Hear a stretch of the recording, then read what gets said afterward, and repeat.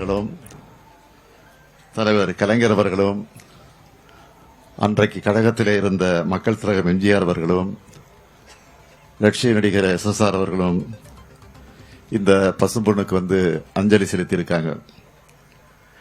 இன்னைக்கு ஏராளமான அரசியல் தலைவர்களும் பொதுமக்களும் வந்து பசுமன் திருமணகரின் நினைவை போற்றக்கூடிய இந்த நினைவிடத்தை 1969 பார்வையிட்டு 1974 மணிமண்டபமா உருவாக்கி கொடுத்தவர் முத்தமிழறிஞர் தலைவர் கலைஞர் அவர்கள்.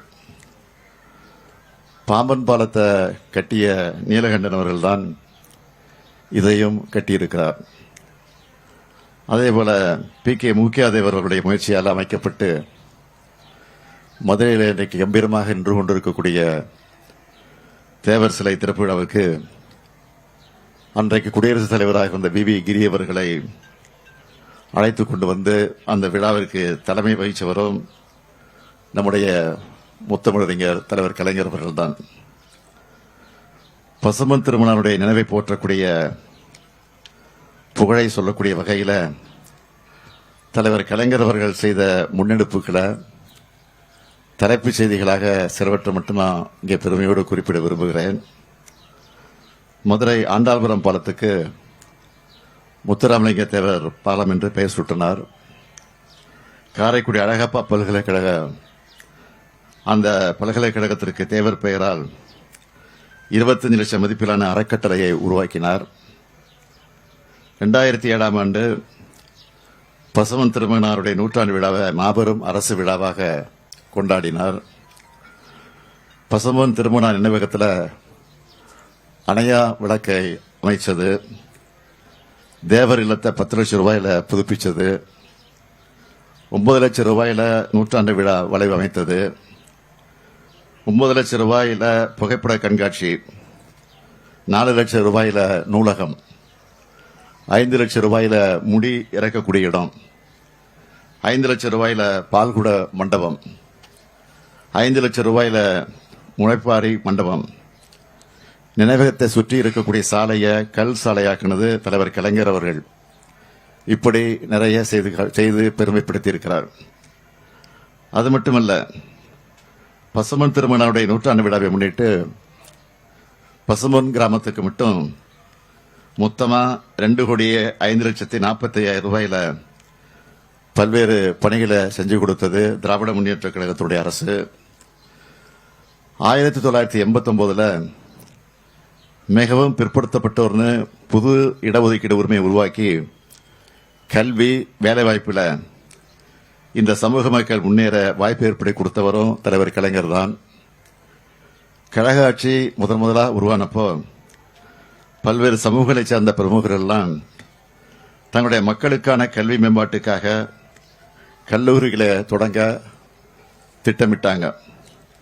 அவை அனைத்துக்கும் அனுமதி வழங்கியவர் தலைவர் கலைஞர் அவர்கள். அதிலேயும் குறிப்பா முக்குளத்தோர் சமூகம் தங்கள் பெரும்பான்மையா வாழற இடங்கள்ல கல்லூரிகள் அமைக்க திட்டமிட்டாங்க. முன்னாள் பேரவைத் தலைவர் செல்லபாண்டி அவர்கள் தலைமையில் தேவர் கல்வி சங்கம் உருவாக்கப்பட்டுச்சு. அதோட சார்பில் மேல நீலிதநல்லூர்ல அமைந்த பசுமன் தேவர் கல்லூரி அந்த கல்லூரிக்கு அனுமதி வழங்கினதோடு 44.94 ஏக்கர் நிலத்தையும் தலைவர் கலைஞர் அவர் வழங்கியிருக்கிறார். அப்படிப்பட்ட அந்த கல்வி நிறுவனம் என்ன நோக்கத்துக்காக தொடங்கப்பட்டதோ அதை சீர்குலைக்கக்கூடிய வகையில் சில தனிநபர்களால் ஆக்கிரமிக்கப்பட்டு பல பிரச்சனைகள் நடந்து கொண்டிருந்தது. சில ஆண்டுகளுக்கு முன்னாடி அந்த வட்டாரத்து மக்கள் தொடர்ந்து போராட்டத்தை கூட நடத்திக்கிட்டு இருந்தாங்க. அப்போ ஆட்சி அமைஞ்சதும் தீர்வு காண்போம்னு நான் சொன்னேன். 2021 நம்ம திராவிட மாடல் ஆட்சி அமைஞ்சதும் அதை மீட்டிருக்கிறோம். இப்போ அரசு மேற்பார்வையில் அந்த கல்லூரி செயல்பட்டுக் கொண்டிருக்கிறது. இன்னும் சிறப்பா நடத்த நிர்வாக ரீதியா எல்லா உதவிகளையும் நம்முடைய திராவிட மாடல் அரசு நிச்சயமாக உதவி செய்யும் என்ற அந்த நல்ல செய்தியை கூட நான் இங்கே தெரிவிச்சுக்க விரும்புகிறேன்.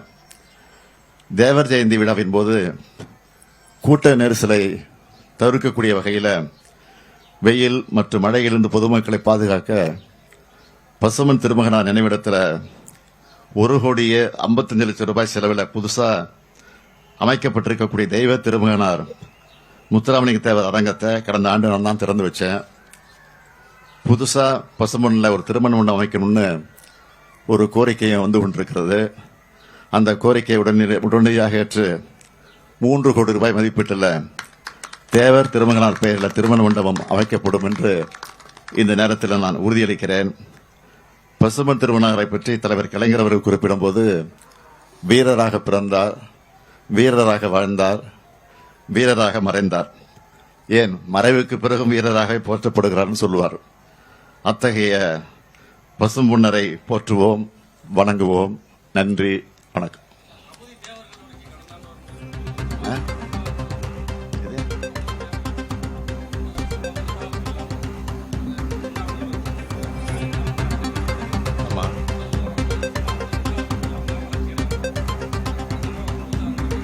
கடந்த மாதமா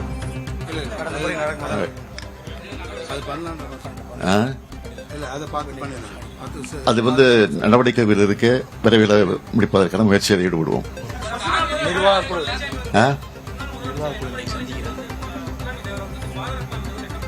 என்னங்க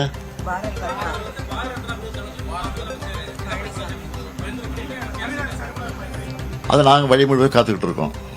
அது ஒன்றும் பிரச்சனை இல்லை.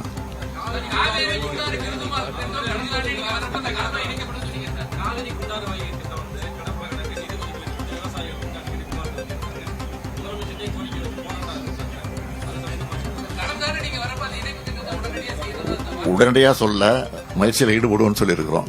இப்போ சொல்ல முயற்சியில் ஈடுபட்டு இருக்கோம். விரைவில் முயற்சி ஈடுபடும். சார்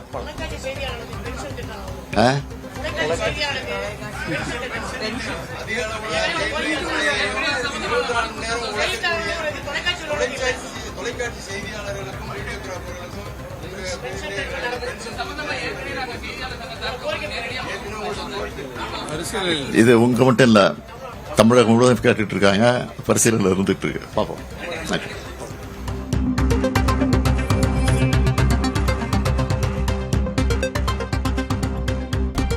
பசுமொன்னில் முத்துராமலிங்க தேவரின் நினைவிடத்தில் மரியாதை செலுத்திய பின் முதல்வர் மு.க.ஸ்டாலின் செய்தியாளர்களை சந்தித்த அந்த காட்சிகளை பார்த்தோம். முத்துராமலிங்க தேவருக்காக திமுக தலைமையிலான அரசு என்னென்ன முன்னெடுப்புகளை எடுத்தது என்பதை அவர் பட்டியலிட்டு பேசியதையும் பார்த்தோம். அவர் பேசிய முழு விவரங்களையும் பின்னர் வரக்கூடிய செய்திகளில் நாம் விரிவாக பார்க்கலாம்.